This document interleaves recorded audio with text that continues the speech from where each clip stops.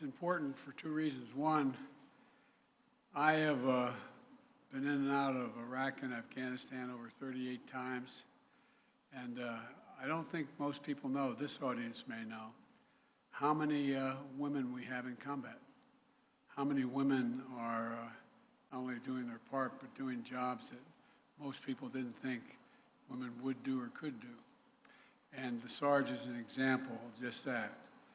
You know, Black Hawk helicopter is, anyway, I won't go into it all, but the point is that, you know, Sarge, what happened to you has happened to thousands of people. Governor and I talked about that earlier, the governor and I, about what we're doing here.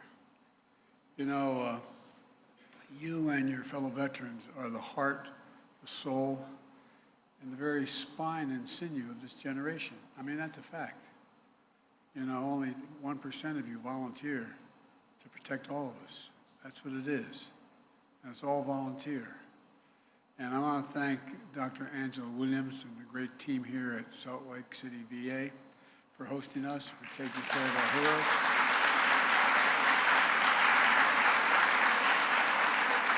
Mayor Mendenhall, thank you for the passport into the city. I appreciate that opportunity. And Governor Spencer Cox, thank you for your hospitality, but much more importantly, thank you for taking care of our veterans and for bringing along your beautiful family. And by the way, you know, years ago, this is a little ad lib here, but years ago when John Kerry was the nominee for president of the Democratic Party, he talked with me about the possibility of being vice president. And on his ticket, and I wasn't, we're old friends. And I said, no, I didn't want to be vice president. But had I known that as vice president I get Secret Service, and had I known that meant my daughters had Secret Service, and my granddaughters, I would have fought even harder for them at the time. And now I have a bunch of grandchildren. They all have Secret Service, and my daughter has Secret Service, and you know, it's just wonderful. I'm not sure what they think about it, but it's just wonderful.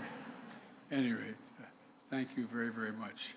And look, before I begin, I want to say a word about the devastating wildfires that have claimed at least 36 lives in Maui and Hawaii.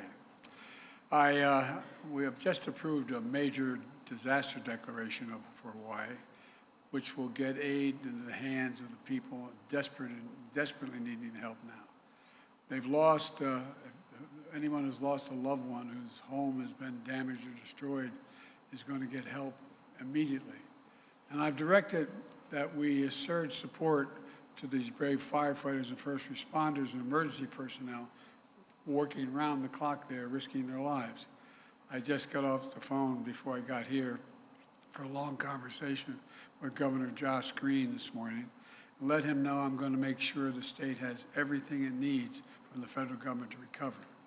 The FEMA Administrator Griswold will be in Maui tomorrow, and I've directed her to streamline any process with requests for help and survivors registered for immediate federal assistance without delay. FEMA is surging disaster assistance personnel on the island, and they're going to help survivors get access to federal assistance. And you know, anybody who wants to know out there where to go if this is televised, that they can go to disasterassistance.gov, disasterassistance.gov, to learn if you're eligible for assistance.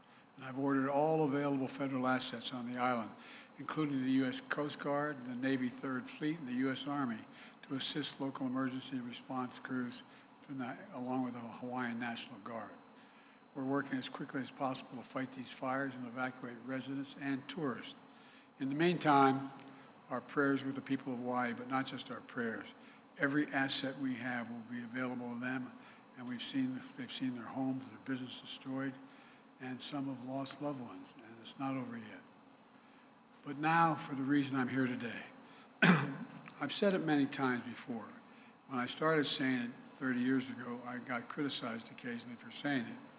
I said, we have many obligations as a nation, but we only have one truly sacred obligation, And that's to equip those we send into harm's way and care for them and their families when they come home and when they don't. 1 year ago today, we met that sacred obligation when I signed, after fighting so damn hard for the PACT Act, to sign it into law. And I want to thank all the veterans organizations for helping make that happen, because it matters. The PACT Act is one of the most significant laws ever signed to help veterans exposed to toxic materials and help their families recover, as well as receive compensation. You remember what we mean by burn pits. You know, when we first started using the phrase burn pits, people kind of looked at us. But a burn pit is what you saw, basically the giant burn pit. The first one everybody was aware of was in 9/11 when the buildings came down. Remember all those firemen that died of cancer and how they got covered? Well, when firefighters first responded, that's what happened. Now, the burn pits in Iraq, where we're talking about, and in other countries, Afghanistan, even in parts of throughout the Middle East, they're the size of football fields, up to 100 yards long, 20 yards to 30 yards wide, and 8 to 10 feet deep. And everything you can imagine is thrown into these pits to incinerate them. The wastes of war, tires, poisonous chemicals, jet fuel, and so much more. Toxic smoke, thick with poison, spreads through the air and into the lungs of our troops and their hooches where they live nearby these facilities. I know, I've been there in Iraq and Afghanistan. I've seen them. And you can smell it in the air. You can sometimes see it. And when these troops came home, many of them the fittest and best trained warriors that we ever sent anywhere were exposed to these burn pits. They weren't the same. And thousands of troops had to live in their hooches not far from proximity from these burn pits. The one in Iraq, my son was about 400 yards from one of the burn pits, living there for a year in his hooch. They breathe that toxic material sometimes for months at a time. In the case of my son and his buddies, for an entire year, causing headaches, numbness, dizziness, cancer. This is not about my son, but just an example of how close it was. My son, Bo, was one of those persons. He went with the fittest guy in his unit and came home and he came home but died of glioblastoma. It's personal for my family, but it's also personal for so many of you. Secretary of the VA, McDonough, and I just had a long talk. He couldn't be here today, but he can tell you we're determined to address this problem, come hell or high water, and compensate these veterans and their families who have suffered from the consequences of this tragedy. It was part of my unity agenda, as I called it, when I did my first State of the Union, last State of the Union, to try to bring the country together on things I thought we all could agree on. First was beating the opioid epidemic, and we're working like hell on that, tackling mental health crisis, and there is a mental health crisis in America. Supporting our veterans. Look, I delivered that speech in March of last year, and a few months later, in August, with veterans groups making the case and never giving up, the bipartisan PACT Act was on my desk to sign into law. And don't tell me we can't get things done when we work together. Democrats and Republicans work together to get that done. In particular, I want to thank Senator John Tester, the chair of the Senate Veterans Affairs Committee, and Representative Mark Takano, as well, the ranking member of the House Veterans Affairs Committee, for their leadership. They never stopped fighting on behalf of the veterans and their families. We learned a horrible lesson after Vietnam, how harmful effects of exposure to Agent Orange took years to manifest themselves in veterans, leaving too many veterans unable to access care when they needed it and deserved it. And they had to prove beyond a reasonable doubt that that was the cause of their problem, which was difficult to prove in the long term. That's why I supported the Agent Orange Act of 1991, supporting veterans exposed to the harmful substances in Vietnam. Well, I don't want to see that again. The PACT Act means today's veterans and their families won't suffer the same painful, frustrating delays and denials. And here's what the law does. It empowers the Veterans Administration, the VA, to move quicker to determine if a veteran qualifies for the benefits of the law. Benefits like monthly disability compensation and regular toxic exposure screenings. It also means new facilities, new research, and more healthcare workers at VA hospitals. It includes nearly, and one of the veterans raised this to me today, nearly $30 million for new outpatient clinics right here in Salt Lake City, right here.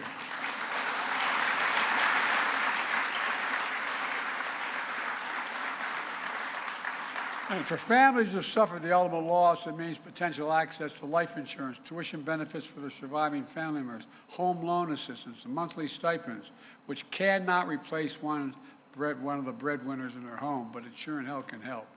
For example, surviving spouse of a veteran who died from toxic illness with 2 children could be eligible for roughly $2,300 a month for the rest of his or her life. I'm proud to announce that over 340,000 veteran survivors are already benefiting the law just 1 year after it was signed, including over 2,000 veterans here in Utah. Veterans are getting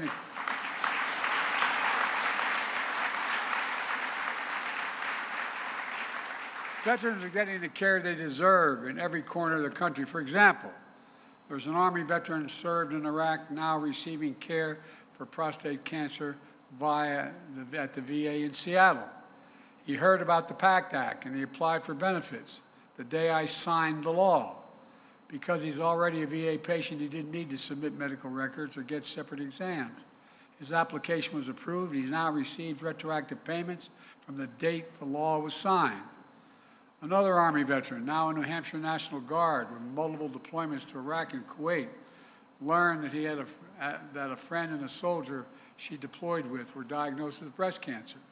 Just in case, she decided to get toxic exposure screening free at all veterans enrolled in the VA healthcare. She too was diagnosed with breast cancer. They caught the cancer early and she's currently being treated for it. And she's being granted 100% service-connected eligibility under the PACT Act, tripling her monthly payment benefits. For folks, it matters. This matters. Folks, we have a moral obligation. This goes beyond the financial. We have a moral obligation to respond to this. And I'm here today to spread the word so every veteran or surviving family member knows how to access benefits of this law. Because these conditions have already taken such a toll on so many veterans and their families, I directed the Department of Veterans Affairs to treat all 23 presumptive conditions in this law as applicable immediately, like chronic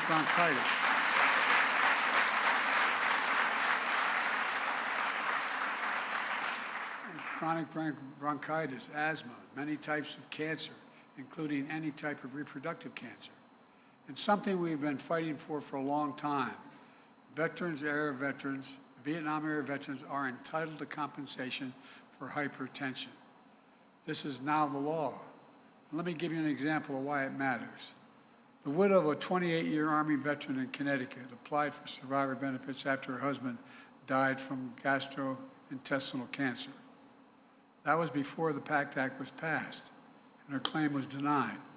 In April of this year, she learned about the PACT Act and reapplied.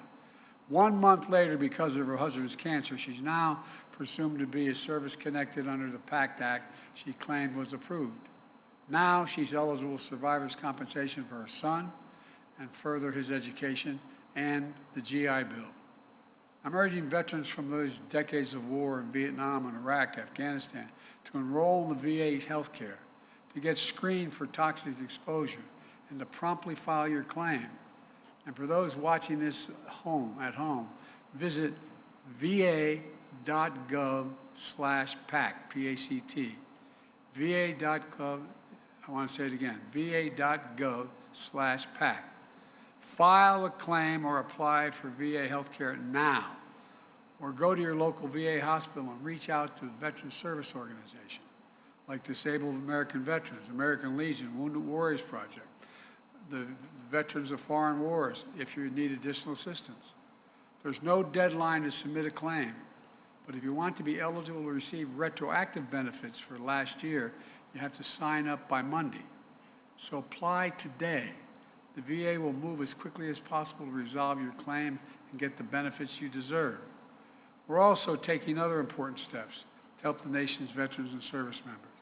We're helping connect veterans to registered apprentice programs so they can transfer the skills they learned in the military to good-paying jobs here at home now that we're having the largest building boom in 40 years. The VA is launching a Transition Assistance Grant Program for organizations that help veterans and their spouses find jobs when they leave the military. The unemployment rate for veterans has hit an all-time low. It is now at 2.8%. 2.8%.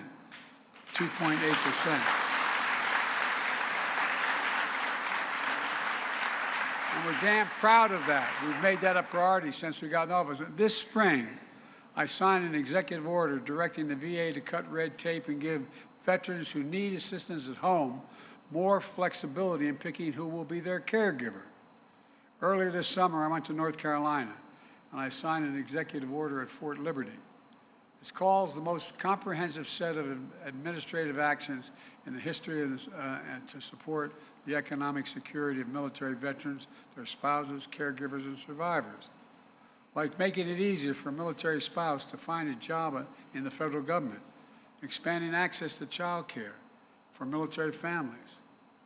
You know, when I first took office, I signed the American Rescue Plan, which invested $17 billion for veterans' health care, including mental health care and suicide prevention, to deal with the fact that more veterans have been and continue to die of suicide than in battle over the past 2 decades. More veterans die of suicide, and all the stories I heard in my home state, people would call up and looking for help. My husband, he needs help, and couldn't get through. Get back to you. 17 a day dying of suicide nationwide. 17 a day. Even one veteran dying of suicide, particularly because he couldn't get the help immediately. There's one too many. The VA is doing everything it can, including expanding mental health screening, increasing access to legal financial support, hiring more mental health professionals, which was one. Where's my commander that was here? One that you brought up. We're hiring more. We're hiring.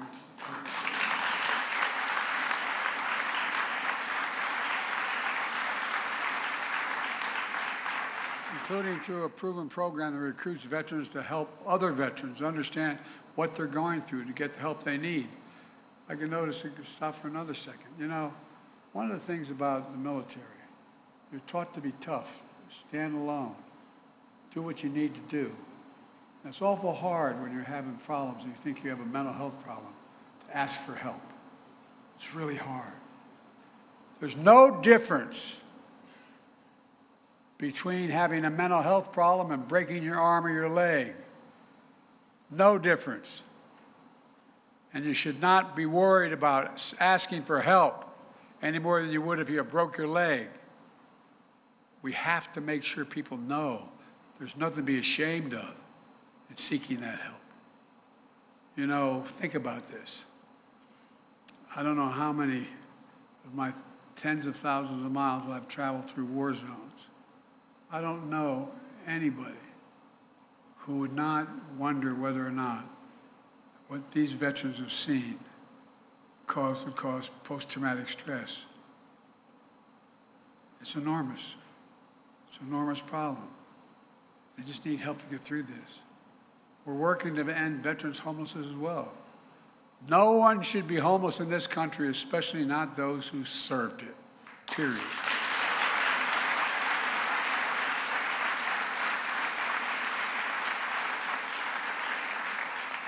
Last year, the VA found permanent housing for over 40,000 veterans and set a goal of permanently housing at least another 38,000 this year. And I'm proposing that the Congress join in and triple the number of rental assistance vouchers for extremely low-income veterans. Now.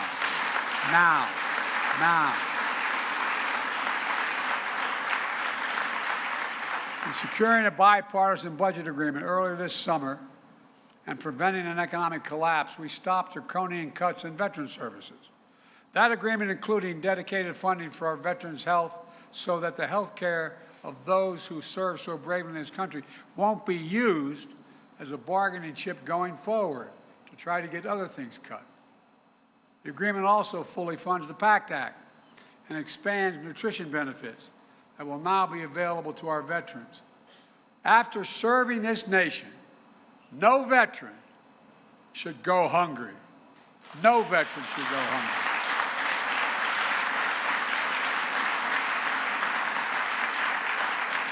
Just 2 weeks ago, I signed an executive order to significantly strengthen how the military handles sexual assault.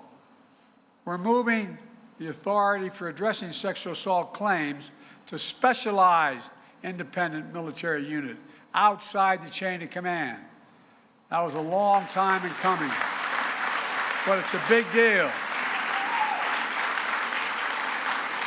And we all owe a thanks to Senator Gillibrand in New York for her leadership in this, so she did not give up till she got it done. And there's more to do, but we've made a lot of progress, and we've got to keep going. Let me close with this. After I signed the PACT Act into law last August, I handed the pen. There's a tradition. When you sign a piece of legislation, particularly a significant piece, you have the people who are responsible for getting it done for you on the stage with you when you sign it. And you traditionally give the pen to the most consequential person who helped that happen. We got finished, and I signed the pen to the widow and daughter of Sergeant First Class Heath Robinson, a veteran for whom the bill was named. His widow was also my wife's guest at the State of the Union. A family that suffered the greatest of losses, but turned their pain into purpose. I handed the pen, not to the mother, but to Sergeant Robinson's little girl, a lovely little kid sitting next to me. And she looked at me, and she said, "Thank you for my daddy. Thank you for my daddy." I think she was talking for all of us. Everyone who fought so hard came together to keep our promise to the veterans and to keep faith with our heroes. That's courage. That's character. That's who all of you are. Not hyperbole. I want to thank you all, Democrat, Republicans, Independents, for your work to get this bill to my desk and to get it signed. As I said, I was going to sign that bill come hell or high water, no matter how long I had to keep the Congress in. It's just another reminder of what we know to be true. We are the United States of America. There's nothing beyond our capacity when we decide to work together to get it done. We never fail when we do that, never on any major issue. So God bless you all, and let's continue to work together. And God save our veterans. Thank you.